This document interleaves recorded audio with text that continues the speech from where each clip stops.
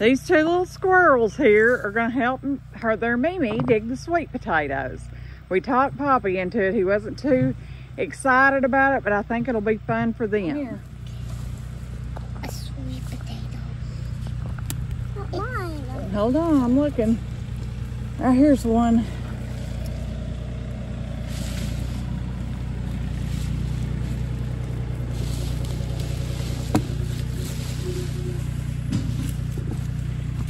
Look here. Oh, here's a fat one. Yeah, we're finding a few. I will try one. What kind it was? Yeah. What kind of done by myself? You can't tell us this. I just found a rock. Let's try to get that weed out while we're in here. These vines, the goats will love too. All right, girls, are we digging some sweet potatoes? Yeah. Here we go. Look here, girls. Oh, a sweet potato. It's a jackpot too. Oh. It's in there too. Oh, looky there. Jackpot. Those are kind of small. I found another one. I found another Oh, one. here's a bunch, a big. Woo! Oh, that's Here, hold that up. pot.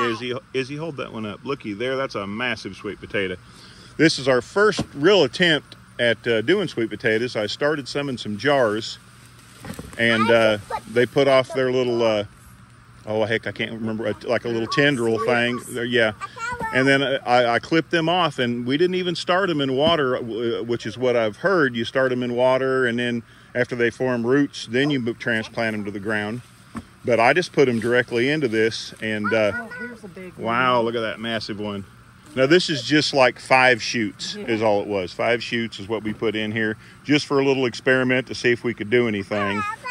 And she discovered it the other day and picked, I don't know how many, 6 or 8. 6 or 8 of them. And I was like, well, just hold off and let it, see if it can't make some more. But she just couldn't help herself. She had to get in here with the granddaughters. Yeah. A little baby, yes. They call them jackpots, the girls. They're jackpots, huh? Looky there. Looky there it is. Woo! Looky there. Presley, you getting in there and getting any? Yeah, come over here and dig and see if I missed any. Okay. Oh, you missed one. Oh, I did, didn't I? It's a Look here, It's a little one. It's a little one. Oh, looky there. Italy? Presley's putting them in the box. We got quite a little operation going on here, don't we? I found a sweet potato. It's a little sweet potato. Whoop. There's another one. We'll wash our hands after we get done. Yeah, we'll take a bath when we get all done with our outside stuff. It seems like they did pretty good. Maybe next year we'll do a few more, huh? Yeah, I'm excited about it. Having some fresh sweet potatoes. Yeah. Oop, hoop. Oh my goodness. I found this one. It's a. Follow it. It's a. See what's in it. You got them pressed? Good job, girl. Good job. It's a little nutty. We probably should have waited till it was dry, but I knew the girls love to dig potatoes of any kind. Oop, Whoop, there's a couple more. I found a jackpot. oop, there's another one. Good. And of course, we probably could have left these alone for another month too. But what fun would that be? Yeah, what fun would that be? Let me see. Found one, baby. Oh, look She at you. did. She found one all by herself. Looky there. What's that right over there is? It's See it? a potato. We missed it, didn't I we? would say we did. Wow, my Oh, goodness. It's a 2 potatoes. Oh my gosh. Well, and he needs to come over here and dig a little bit. Yeah. Let's see what else we got going on there. And then Press, she's going to put them in the box. Oh, wow. Looky there. Go, Presley. Couple more. There's a little baby one. We can use them baby ones too. Nanny can make some sweet potato pie. Yeah, Everybody likes sweet potato pie. we love sweet potatoes around here. Maybe there's one here. Oh. Is it connected to something? No. Have to get a little lower down. I found baby sweet potato. Let's fire this back up. Looky there. My goodness, this girl is a sweet potato finding fool. Looky there. Throw it in the box. Leslie, throw it in the box. Here you go. It's a jackpot. It's a jackpot. I'm not feeling anymore, girls. All right, good job. Yep. Got quite a few sweet potatoes. I'd say at least 10 pounds. Look at how dirty my hands are. I see. That's part of a farm girl. Now let's see what else we can pick in the garden. I'm going to help you wash the potatoes. We will when we go in the house, okay? We're washing our sweet potatoes. The girls are helping. They're trying to get all the mud off of them. Ain't that right, Miss Presley? We're going to get them all washed because it was really muddy out and let them dry really good. Then we'll put them in a container to use later. Boy, they have enjoyed washing these potatoes. I pulled them a stool up and they have washed every one of them so far. Some of the morning milk chores.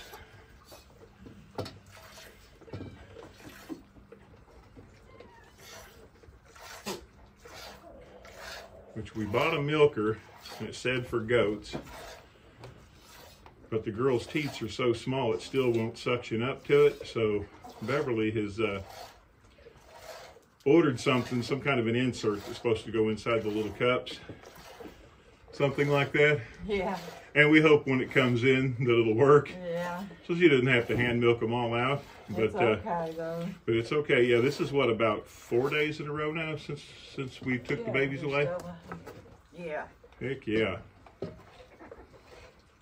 Still as a first-time milker, second-time mama. Yeah, so she's a little contrary. As long as nobody's in here bothering her, she's all right. If there's another goat in here, she'll show out the whole. She is our most ornery goat, but she is a good milker. She will stand for you and even raise her leg for you. Yeah, she does, doesn't she? Yeah.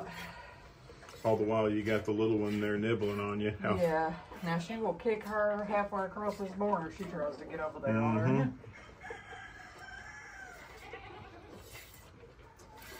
But you could tell that one's a little bottle baby. yeah, she's Anytime there's milk being, sometimes when she's milking, if she's just milking one side, she'll sneak over depending on the goat and get her a couple sucks off the other side while she's waiting for her bottle. Say, I got Houdini this morning. She got a whole side, so she ain't getting a bottle. There we go. There we sucked go. Houdini's whole side dry. And of course, yeah, anyone that doesn't know is she's one of 3 babies to one mom, triplet, and pretty much anytime we were out here, it seems like she was the oddball. Her sister and her brother, they'd get up there and they'd latch on, and then they wouldn't let go until she was pretty much dry and not ready to give any more milk up. Well, I got my little fall scene at the end of the road done. I'm pretty pleased with it. It turned out really cute. We got the pumpkins from the Hickses and Cord, the corn stalks from Sarah's nursery, and Wayne got the hay bales at the co-op. One pumpkin we grew, but that was all. Some of this stuff I've had. I got the metal pumpkins at, I think, Dollar General in Newport, Arkansas, and I love how it turned out. Anyone that knows me knows that fall is my favorite time of the year, and I love decorating for fall. But this will be our little scene for the year. We'll leave it up till after Thanksgiving, and then we'll take it down and salvage what we can for the next season. All right, guys, welcome back. Today we're going to do some cream separating. But the first thing we need to do is, I always like to restrain all of my milk to make sure I get anything that shouldn't be in there out, hair or what have you.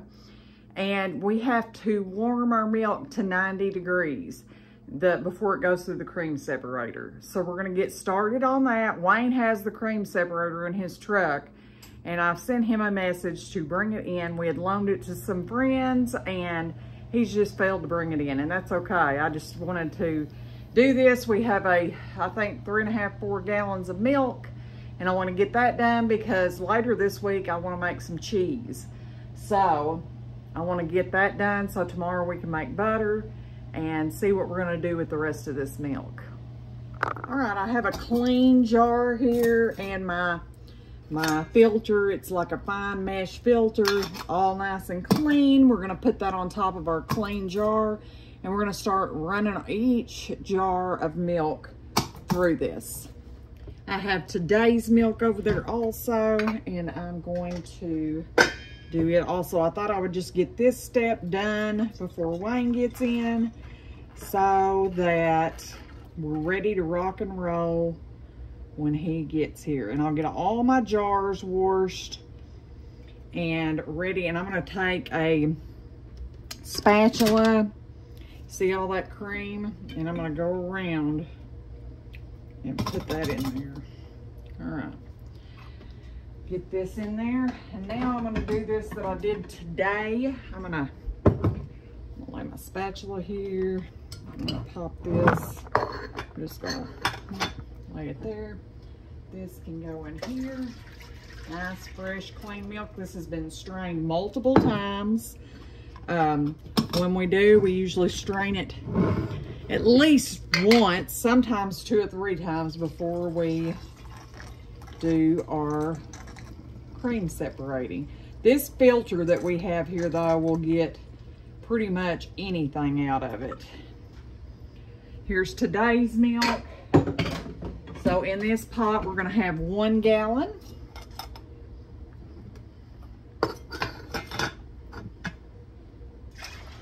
I don't know if I even want to attempt to put anything else in that. All right, we're going to go on to this next pot. I may get my, you know what? I'm going to get my big pot out. I bet we could hold way more in this one. And I could probably do that one too and just get it all done at once. 1 time a week, we run out of refrigerator space after about 3.5 gallons. So I try to do this at least once a week when we're milking so we can have fresh butter and cream and we can make cheese, yogurt, whatever our heart's desires with milk products. All that wonderful, look how thick that cream is there. All right.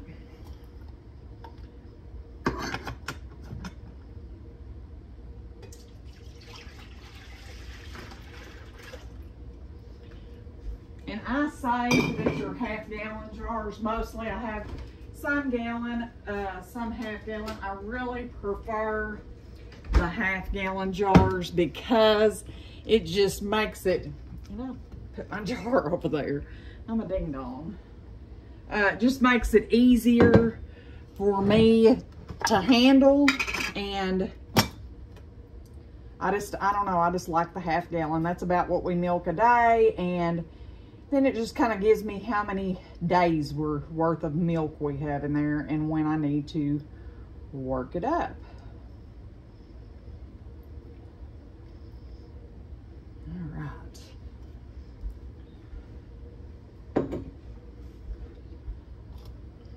Boy, that one was full to the tippy top.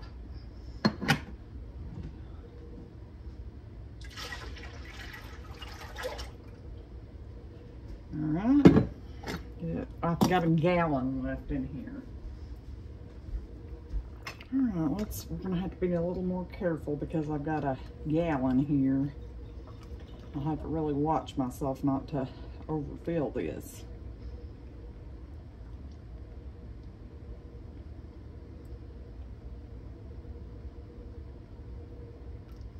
I'm gonna stop there. Oh, boy, I did close.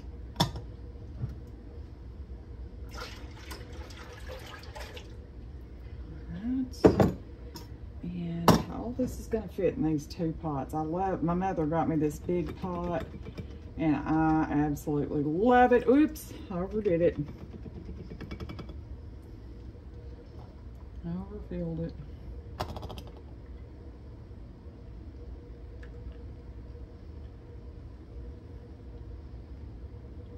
Okay. All right. Now we're gonna slowly warm this milk up. I'm gonna turn it down on like a low heat, and we're gonna slowly start warming it. I believe it's 90. I'm gonna double check my instructions again, but I believe it's 90 degrees. It may be higher, I can't remember. It's been a year since I've done this. But let me look back at my instructions, and we're gonna slowly start warming this milk over here. Got 2 big old pots, and when Wayne gets home, we'll get the cream separator set up and start doing our milk. All right, every so often, I'm gonna take my spoon and kind of do a little stir just to make sure nothing's sticking. I'm not trying to heat this up quickly though. I'm wanting to take my time.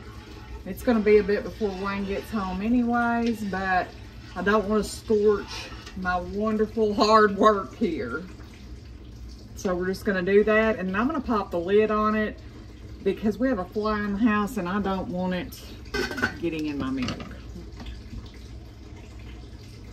I seen it a while ago, so better to be safe than sorry.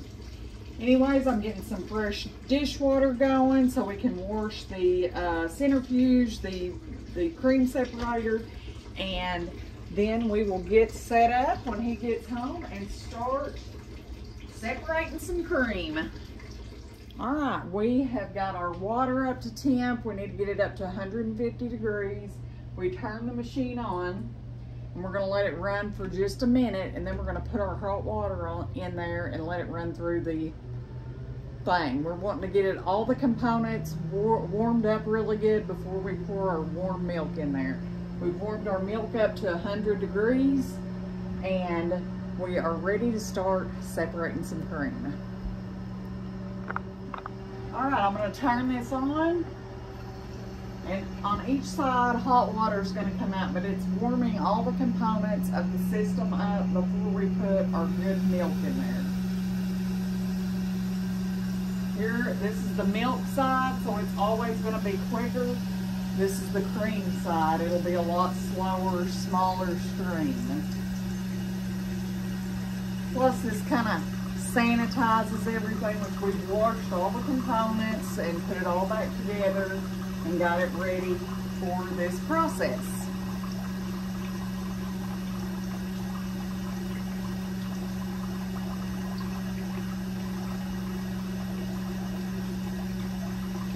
This is the Menier cream separator. I'll link it. We bought it on Amazon. We love it. It has been wonderful to use. It's easy to use. It's a little difficult to remember how to put it together, but I have a video I keep on hand, and every season I watch it a time or two before I begin this process, because you forget, if it's something you're not doing every day, you're going to forget how to do it. This turns the milk on and off, so we can stop that anytime we want to.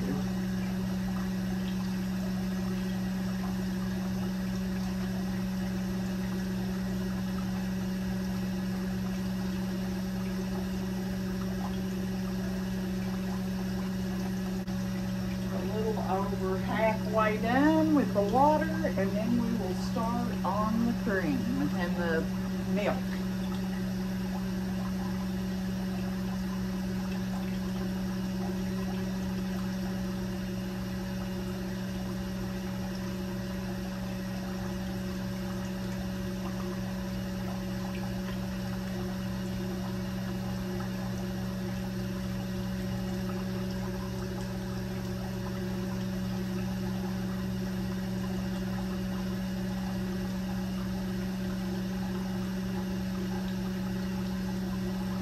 I have all my jars washed so we can put that milk back in the refrigerator.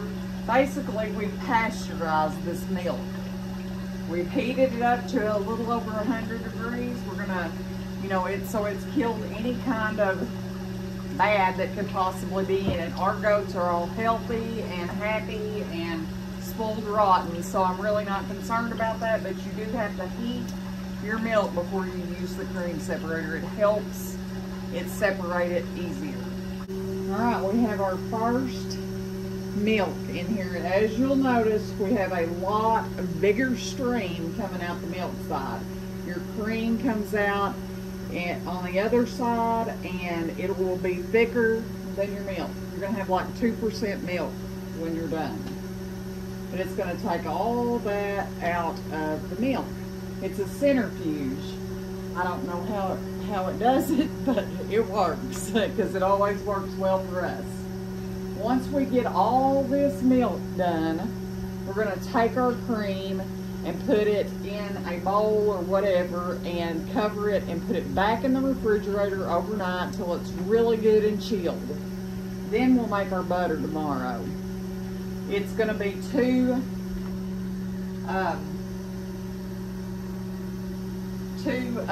warm today to do it, so we will do it tomorrow. Anyways, we're going to keep separating this. I'll show you what we have in a little bit.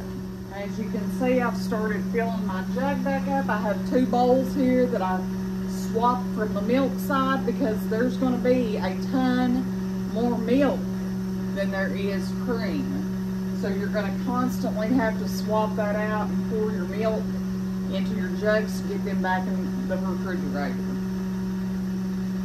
But we have about 3 more pots full to go, and then we'll disassemble everything, get the milk back in the refrigerator, the cream in the refrigerator, and tomorrow we will make some butter. And we might try some cheese. I've got some chevre we make every year. It's a goat cheese. It's delicious with fruit and, you know, like pepper jelly and stuff. It's really good. It's always a hit at the holidays for us. And I want to really try to make some farmhouse cheddar. That's my goal this year, because I'd love to have enough cheese stored up to last us for a significant amount of time. Go ahead and swap these out again because I don't want to get too much for my jug. Here, let's see, I can make some messes.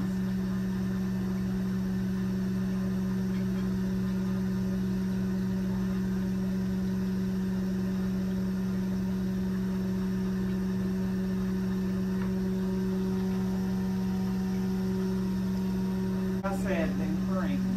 We're going to get this jarred up and get it in the refrigerator. And this can be drank or whatever we want to do with it. This milk's ready to go. This is kind of a messy job, or it is for me because I'm kind of clumsy. But that's just part of it, I guess. Oh, we're out of milk.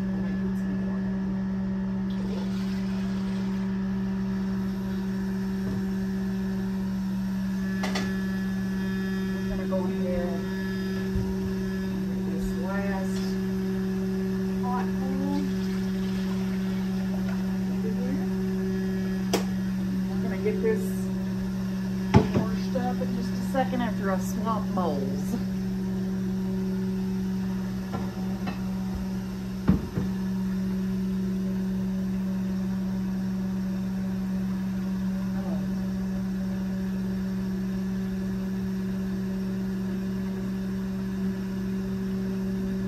I'm just making a mess. I think I'll set this in the sink.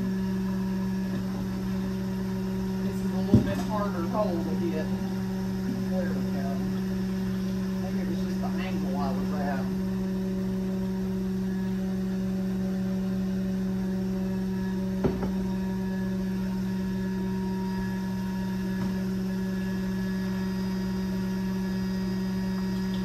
I try to clean as I go because,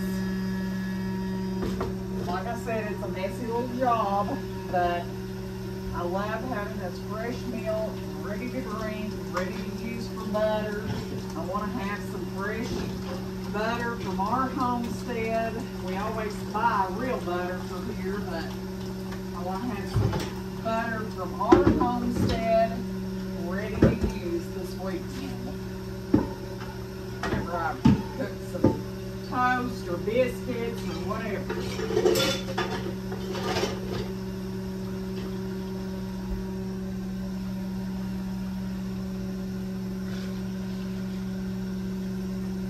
Alright, that's all the milk in. I'm just gonna keep going.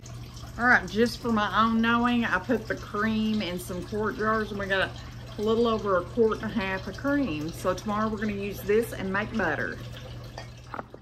Alright guys, it's the next day and I wanna get the cheese making started before I go do my chores. So what we're gonna do is just get a big pot, pour all of our milk that we're gonna use in there. We're probably gonna do a double batch. Well, no, we'll do one batch. And we're gonna get it, we're just gonna turn it real low because we wanna get it to 85 to 90 degrees. All I'm gonna do is turn my pot like to almost low. I'm just trying to get some of the chill off of this milk. So we're gonna dump 2 gallons of our milk in this big old pot. And there's one.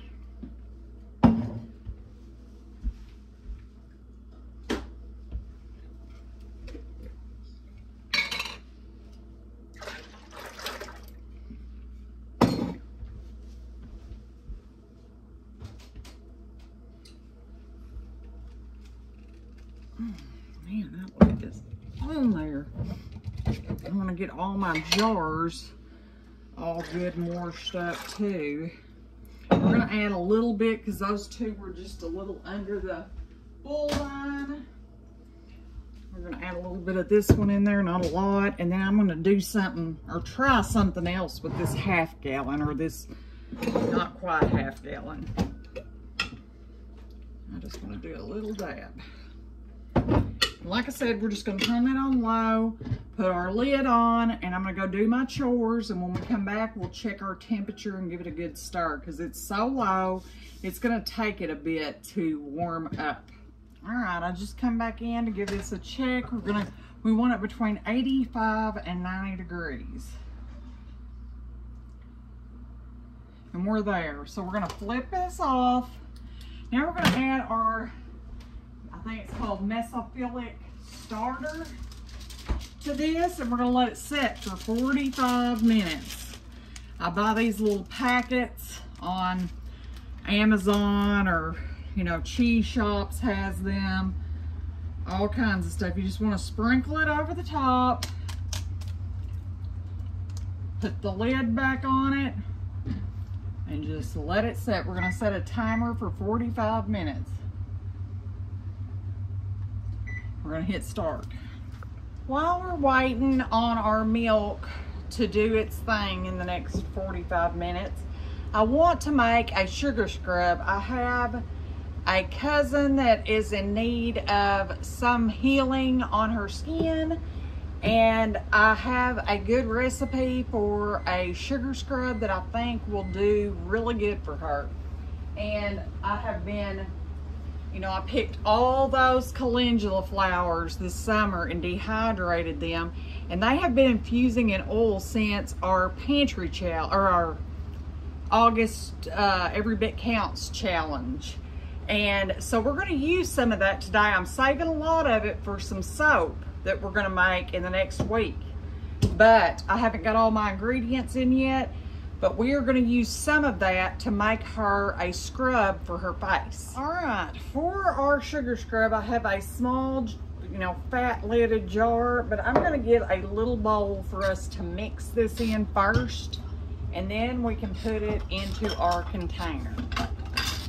But we're going to start out with 3/4 of a cup of brown sugar. And the reason I'm using brown sugar is because I like the way it feels on my skin better. It's a finer sugar, it's not as rough, and I just feel like that it does so much better, and it's moister. My skin just feels wonderful after I use a brown sugar scrub, and that's what I'm hoping for my cousin. Now we're gonna add, I have some kosher salt here. About 1/4 of a cup of kosher salt. It called for a half, but I don't want to put that much in this because I'm wanting to make this like a face scrub.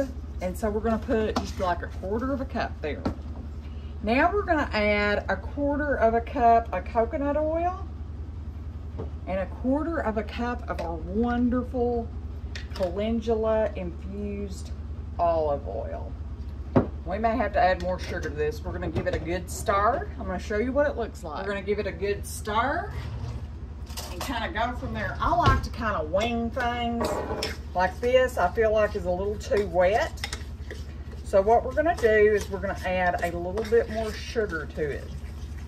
And like I said, the brown sugar works best for me because I love how it feels on my skin.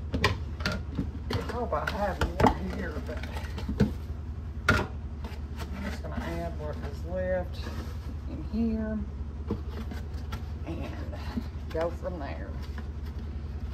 Since I kind of changed the ratios of the salt, I feel like that's why we had too much. So we're just going to make it up in the brown sugar, which is fine. You can do that. You can change. I just use recipes as a guideline.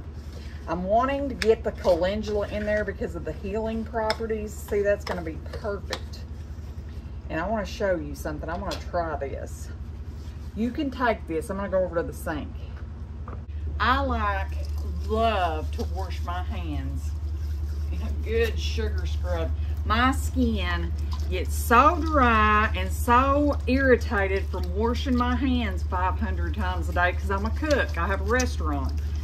And so I'm constantly washing my hands, and there is nothing that feels better on my skin than a good sugar scrub. My skin feels so soft and moisturized, and I love it. I am going to put a few of these calendula flowers in here and kind of chop them up. I'm gonna go back to this. I'm gonna get a clean spoon, and we're just gonna dip out a few of those and kind of chop them in to get all the medicinal properties that we can get from these flowers. Just mix it in good.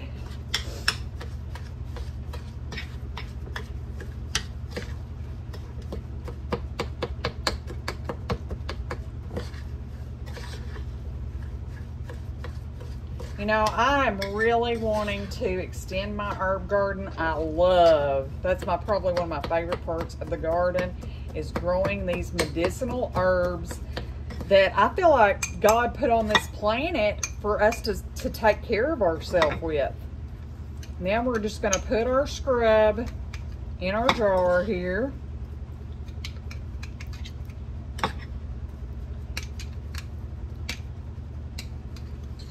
And we're going to put a pretty little lid on it, and I'm going to put a little label on it to tell her what it is. I'm going to use some of this tonight in my bath. So I'm going to get me a little jar here. I love sugar scrubs. I feel like it's so good for your skin to slough off all that old dead stuff and encourage new skin growth. But that is simple, easy peasy. And we now have a new product we made with our own calendula infused oil. Now, we've got about 30 minutes until our milk's ready. So, I'm gonna get the other milk strained, get a few other things done around here, and then maybe it'll be time for us to do that. Guys, I don't know where my brain is today. It's definitely not on my head. I forgot about the butter. So we're gonna pull our KitchenAid mixer out, and we're gonna use the whisk attachment. And we're gonna put that on, and we're gonna put about half of our cream. I learned a long time ago not to put a whole gob in this because it will make a disastrous mess. Old from yesterday's shenanigans. So we're gonna pour it probably about like that, and we'll save this part for the next batch. I'm gonna turn that on as high as it'll go. And what I like to do, in addition to that, is to cover it with a towel. Because if you don't, I can promise you it's gonna splatter everywhere. So I'll do that. We've got about 20 minutes left on our cheese making over here. We'll do the next step, and then we'll check on our butter. All right, our timer is getting close to going off, so I want to get my 1/4 cup of water and my 1/2 teaspoon of rennet kind of mixed together so that it is ready. Just mix these two together. So whenever that timer goes off, we can add this to our cheese. All right, now we're gonna pour in our rennet.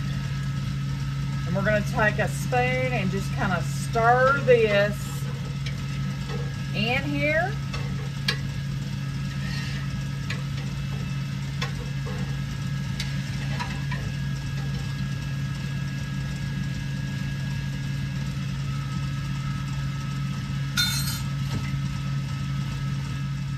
We're gonna set a timer for 45 minutes again. But we're gonna stir this for approximately a minute to make sure all that fat in the milk gets in with that rennet. So when we get to 43, we're going to, I want to check my temperature too, because I did turn the stove on low. We want this milk to stay right at, it's about 86 degrees. We want it a little bit warmer at 90.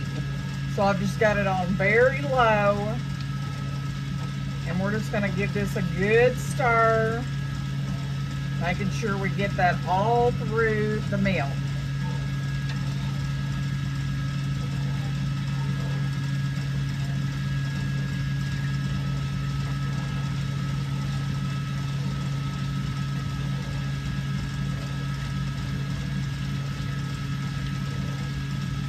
All right, that's been a minute. I was timing it by my timer here. We're gonna put the lid on it, 45 minutes. All right, I went back and reread the cheese making recipe, and I'm sorry, the mixer's still going making that butter.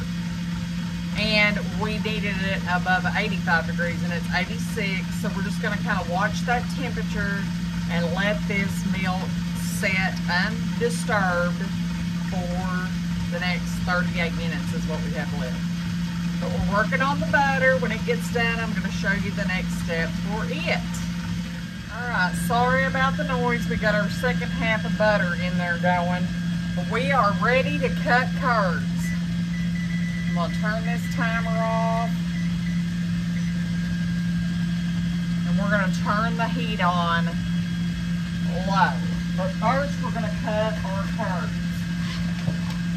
What we're going to do is take a long knife and cut through them.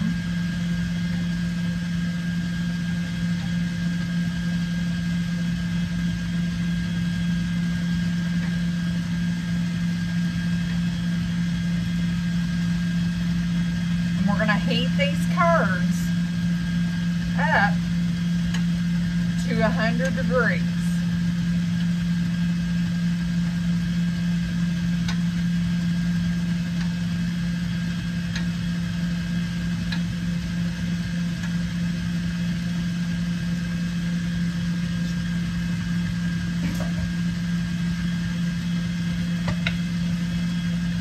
Got a spoon here, look, all the way down. That is curds. Look at that. Isn't that exciting? We're going to start heating this, and the whey is going to release from these curds.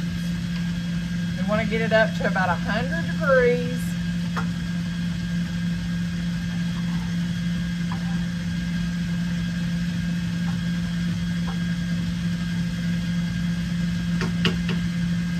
me see where we're at right now. We're at 88 degrees. So we've got a little bit, but it will start releasing the whey.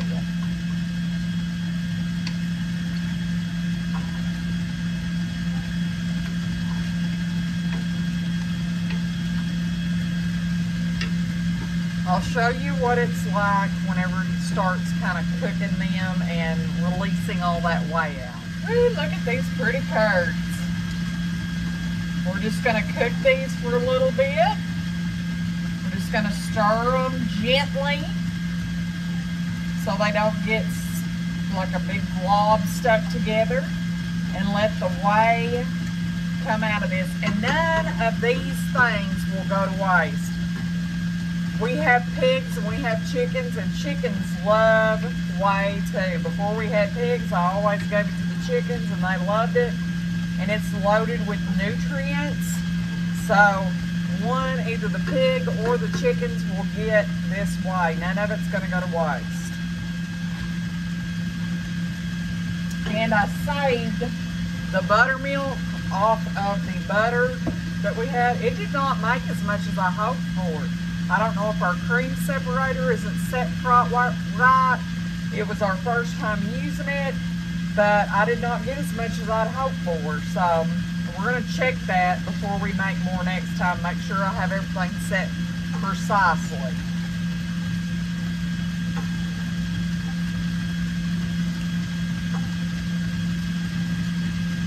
We're going to just let this go till it gets to about 100 degrees. We're going to see where we're at. We're right there. We're just going to let it go for a couple minutes, and then we are going to strain this whey off and get these curds strained out and do the next step of our cheese. I'm getting prepared here. I have a pot to catch the whey, putting my colander in. I'm lining it with cheesecloth, and we're fixing to put our curds in there.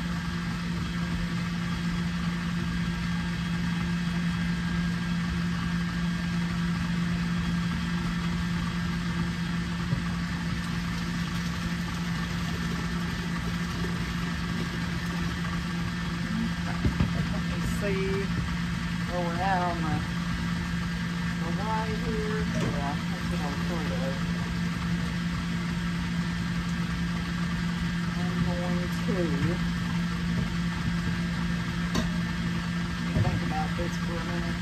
I'm going to do a different pot now,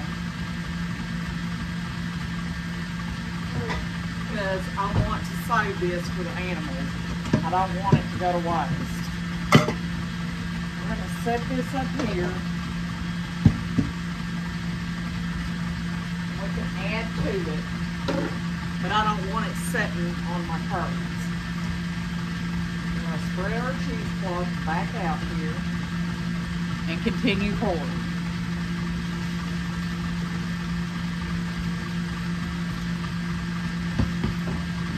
Now we'll dump what whey is in here. This other pot, the majority of it anyway.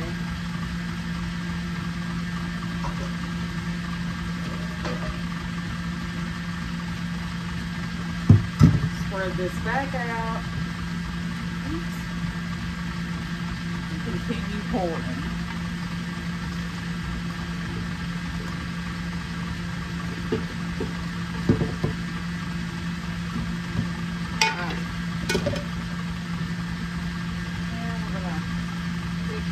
Up.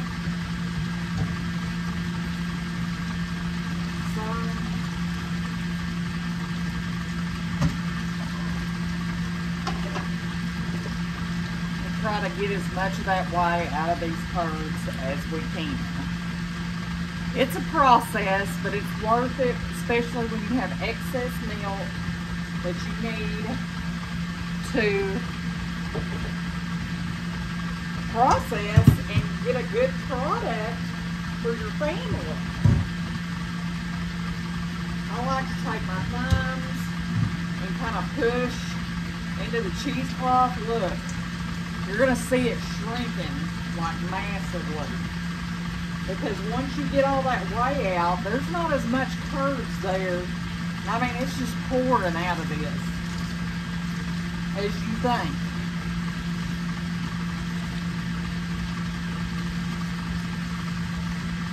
It looks like we have a massive amount. Then I kind of take and squeeze to get out as much of that whey as we can. When I first started, I didn't even know if this cheesecloth would be big enough. Now, I'm just like, man, we could have fit way more in here.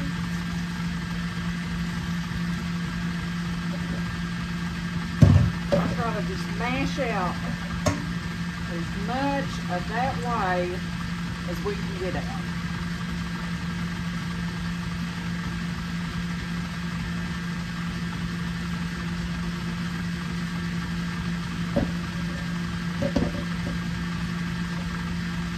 Now we're only going to make one block today because that's how much milk we have. Next time I may do a double batch so that we can make 2 blocks, because that's what my cheap little press is a 2-block press. But in the recipe you could do this, hang it up for an hour, but who's got time for that? So I always mash mine out. I want to get as much of that whey out as humanly possible.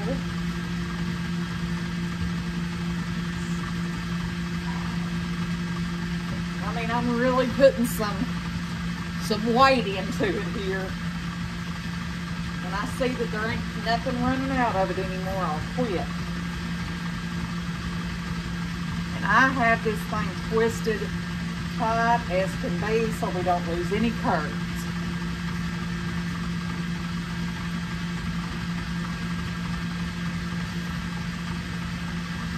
One thing when you're working with milk is it can get smelly, so you'll have to wash. I have to wash my towels and stuff that I use with this daily, or it smells like a dirty foot when you come in the next day. All right, I think we're good. I'm gonna get a big bowl out. We're gonna put our curds in there and salt them. All right, move my soapy pop over. We are going to take all of our little cheese curds here off of this cheesecloth. We're going to kind of break them up.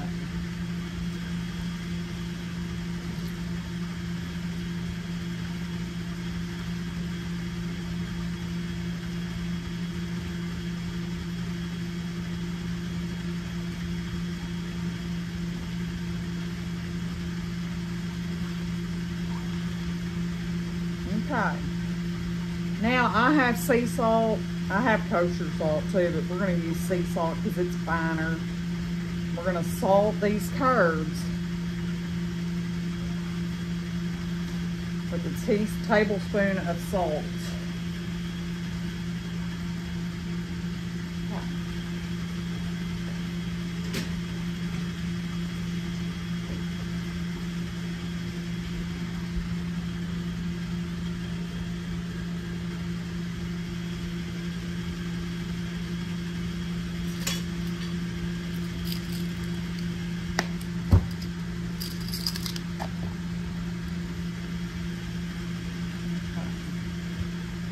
We're going to take our hands and kind of work this through, just so that salt gets all throughout the cheese.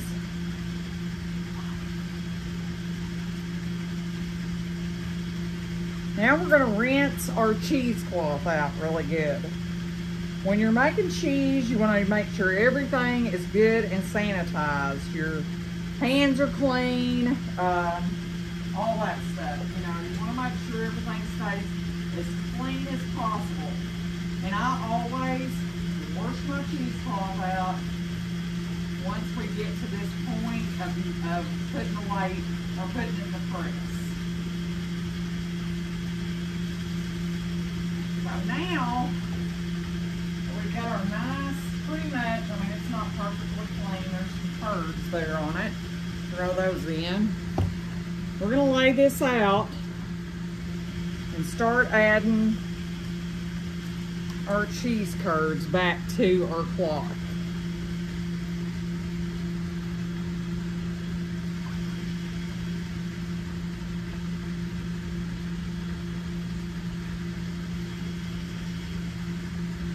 Oops, I'm losing a few. Dang it.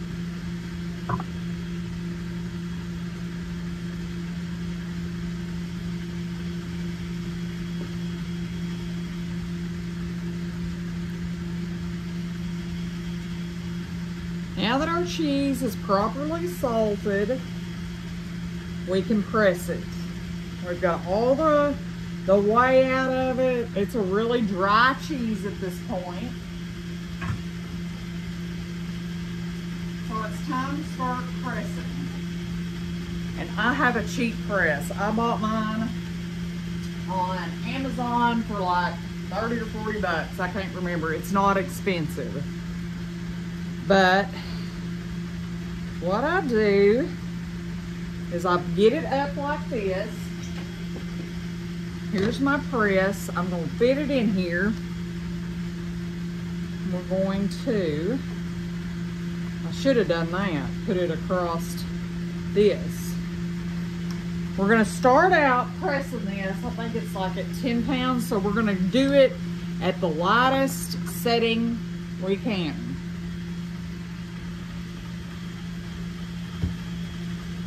Let me bring it around here. Probably gonna have to undo it some.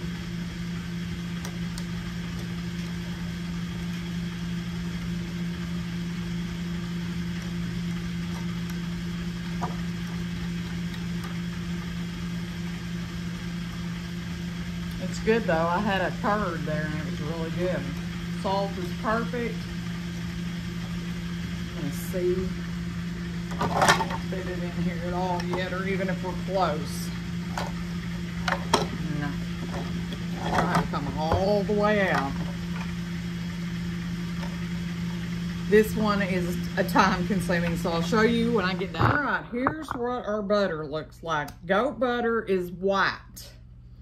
And as you'll notice, there's some milk that has seeped out of this. So I'm gonna go over to the sink and I'm gonna rinse this butter off. I'm gonna use cold water and I'm gonna show you how I do that.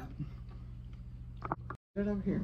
This is the buttermilk we had left. We're gonna pop this back in the fridge, and this weekend I'm probably gonna make up a big batch of biscuits and use this up. It will not go to waste.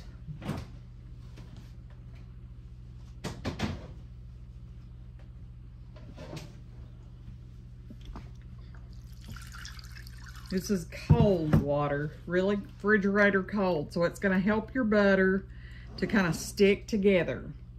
And we're gonna wash our butter so that we get all that milk out of it. The more milk that's in it, the less time it's gonna last. The colder your water, the better your butter's gonna stick together. That over there was just cool tap water. It's nothing compared to this cold refrigerator water. All right, we're gonna get this put back because we've got plenty there. Now we're going to rinse or strain this water off, and we're going to salt this butter.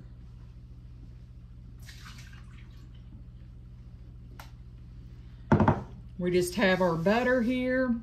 We're going to get some of our sea salt, probably a half a teaspoon. I'm just going to salt the top good. And then we're going to work it through there so that all of it's salted. Goat butter's white. It does not have a yellow hue to it. And like I said, I'm a little disappointed with the amount. I'm hoping our butter fat ain't low this time from all those babies. Maybe it'll raise. I mean, they have been just away for over a week here. I'm gonna get a spoon and give this a taste and see if it needs some more salt. That's how I do it. It's perfect. Now we're gonna get this in a container with a lid. Oh, that's so good. Plastic wrap over it. And we will put that in there. We're gonna put this, let's get that little dab out. Put this in the refrigerator. It's gonna be hard as a rock, and we will have this for our biscuits this weekend. I have the cheese in the press. I didn't get it on camera because it was kind of finagling and getting a little crazy. But it's time to crank it down some more. I don't know if I got any of that while ago.